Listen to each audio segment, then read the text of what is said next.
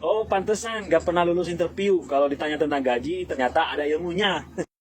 Ya, benar banget ya, ada ilmunya. Atau tepatnya, kita harus mengetahui apa tujuan dari pertanyaan itu. Karena pertanyaan ditanya besaran gaji itu bukan semata-mata ingin mengetahui berapa gaji yang benar-benar Anda inginkan.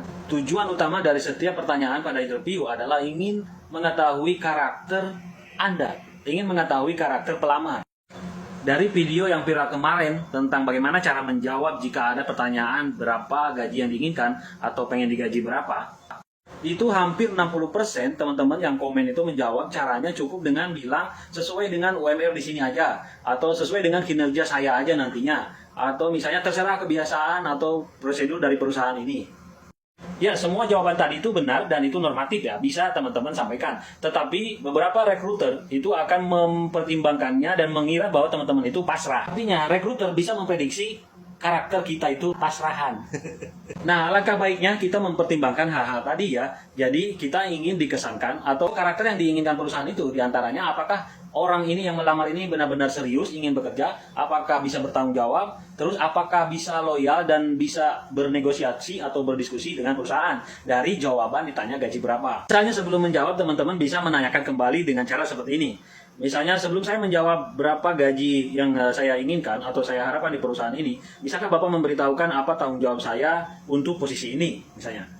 Nah, dengan menjawab begitu, rekruter akan berpikir teman-teman itu bertanggung jawab dan mempertimbangkan sesuatu sebelum memutuskan, kemudian bisa bernegosiasi. Atau teman-teman bisa bilang begini, misalnya saya fleksibel dan terbuka untuk berdiskusi tentang fasilitas atau besaran gaji yang bisa saya dapatkan. Namun gaji saya sebelumnya kisaran 5-6 juta misalnya. Nah, ini juga penting teman-teman kasih kisaran ya, atau range ya, dari 4 juta sampai 5 juta. Atau 5 juta sampai 7 juta misalnya, jangan langsung pasti ya. Misalnya gaji saya di perusahaan sebelumnya itu 4 juta, jangan seperti itu ya, kasih rank aja biar nanti masih dapat didiskusikan. Jadi selalu ingat apa tujuan dari pertanyaan itu ya, bukan asal menjawab. Oke, katanya itu kalau untuk orang yang udah berpengalaman atau bekerja di perusahaan sebelumnya. Bagaimana dengan fresh graduate atau yang belum pernah punya pengalaman, bagaimana cara jawabnya? Nah, ini pun tetap ingat tujuan dari pertanyaan itu apa, ingin mengorek apa, bukan hanya gaji.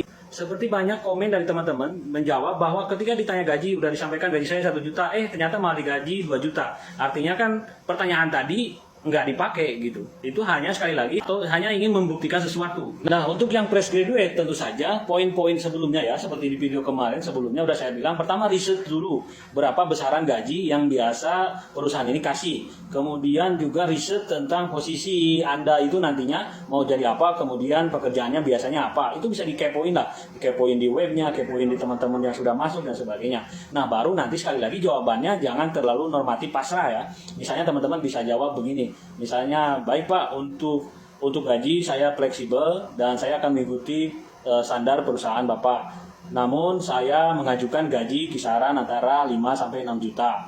Misalnya seperti itu. Jadi tetap meskipun nggak ada pengalaman, meskipun fresh graduate, tapi teman-teman itu kayak mantap gitulah, punya harga diri. Kemudian perusahaan tahu bahwa gua tuh research dulu loh sebelum masuk itu gitu. Gua juga tahu tanggung jawabnya apa, kemudian kira-kira apa yang dikerjakan dan kira-kira nilai berapa yang pantas untuk pekerjaan tanggung jawab tersebut gitu. Jadi itu ya, nanti besaran gajinya kalau memang dapat 4 juta alhamdulillah. Kalau misalnya ternyata 6 juta lebih syukur ya kan. Kalau misalnya di bawah itu ya tadi dari awal kita udah bilang bisa bernegosiasi dan bisa berdiskusi gitu. Jadi itu bisa didiskusikan lagi.